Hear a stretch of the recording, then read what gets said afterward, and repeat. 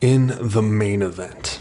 Now, this was a good fight for what it lasted in their We love you, Joe B. out. We do. We absolutely do. Deiveson Figueiredo is a minus 200 favorite, mainly because there's a lot of hype on him, and he knocked out Joseph Benavidez the last time. Weird leanings into that, as we talked a little bit about when we were talking to Gustavo last week.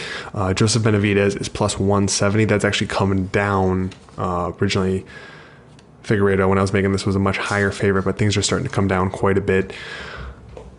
That first round, I had Joe B winning clearly in their first time out. I thought the scrambles were looking good. I thought his striking was looking good, and then it just ended in the second. And obviously, Figueiredo missed weight, so for the vacant title, couldn't take it. So they're doing the rematch.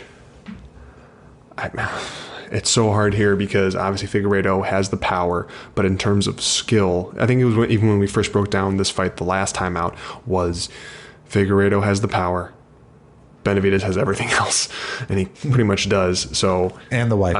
Yeah, absolutely, and better camp, and just a lot of stuff going on there. So we have no bet on this one currently, but man, I have to pick Joe B. Love Joe B.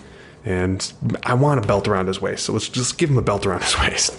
Mike, the main event: Figueiredo, Benavidez 2. Yeah, man. I mean, last time they fought, I believe they had a clash of heads that was a little bit suspect that made Joby wobble a little bit. He was looking good before that. But I don't know if that clash of heads was the biggest reason, but I'm glad that we get to see another rematch just to see if that was.